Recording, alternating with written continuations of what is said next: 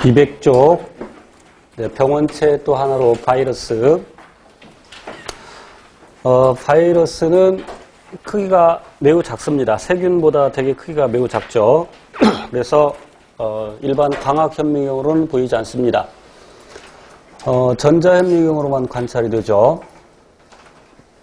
그래서 세포막이 없고, 그래서 세포 구조가 아니고, 그렇지만 유전물질을 갖고 있죠. 그 종류에 따라서 DNA를 유전물질로 갖는 것도 있고, RNA를 유전물질로 갖는 것도 있고,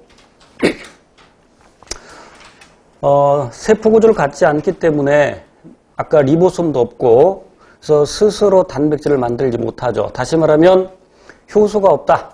물론 모든 바이러스가 효소를 모두 갖고 있지 않는 건 아닙니다. 일부 바이러스는 일부의 효소를 갖고 있는 것도 있는데 좀 이따 얘기하도록 하고, 그래서 대개 효소가 없어서 스스로 물질 대사를 하지 못한다. 그래서 앞에서 배운 것처럼 살아있는 세포 내에서만 살아가는 활물 기생을 한다. 이 활물 기생을 한다는 것이 바이러스가 최초의 생명체가 아니라는 증거가 되죠. 최초의 생명체라면 스스로 물질 대사를 할 수 있어야 되겠죠. 그림 보시면 이제 아데노바이러스, 인플루엔자 바이러스, 그리고 박테리오파지 있는데, 물론 이게 박테리오 세 번째 나와 있는 박테리오파지는 세균성 바이러스. 또 그래서 바이러스를 나눌 때 밑에 나와 있습니다만 숙주에 따라서 동물성 바이러스, 식물성 바이러스, 세균성 바이러스 이렇게 나눌 수 있죠. 되게 숙주가 정해져 있죠. 그럼 세균성 바이러스의 숙주는 세균. 그러니까 박테리오파지가 사람에 기생하지는 않습니다. 자, 그런데 동물에서 예를 들어서 조류독감, 조류 인플루엔자 바이러스, 그럼 그 조류 인플루엔자 바이러스의 경우에는 원래 숙주가 조류였는데 이제 돼지 거쳐서 사람도 숙주가 되죠. 돌연 변이가 일어나기 때문에. 그림 보시면 인플루엔자 바이러스를 보겠습니다. 이 인플루엔자는 독감 바이러스죠. 일반 감기와는 다르죠. 감기와 독감의 차이가 오른쪽 컬럼 중간에 나와 있는데 가운데 두 번째 내용에, 그래서 감기의 원인 바이러스는 매우 다양합니다. 그런데 독감은 인플루엔자 바이러스라고 알려져 있고, 그래서 일반 감기는 백신이 없죠.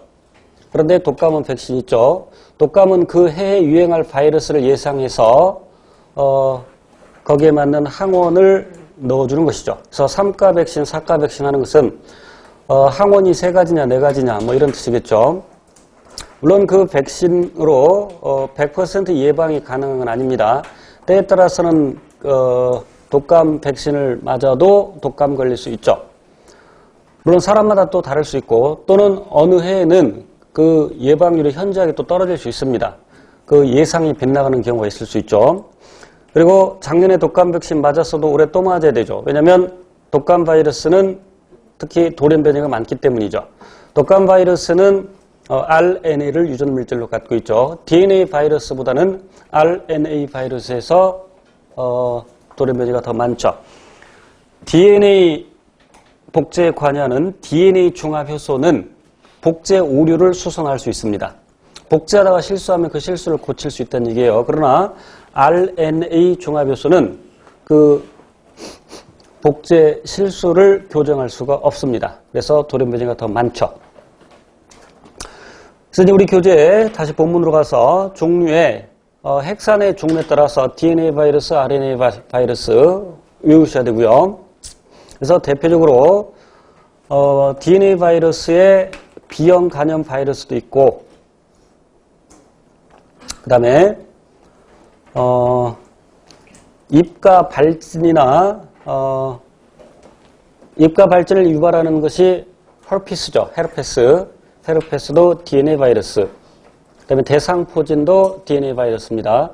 전에 시험에 대상포진 바이러스가 시험에 나온 적이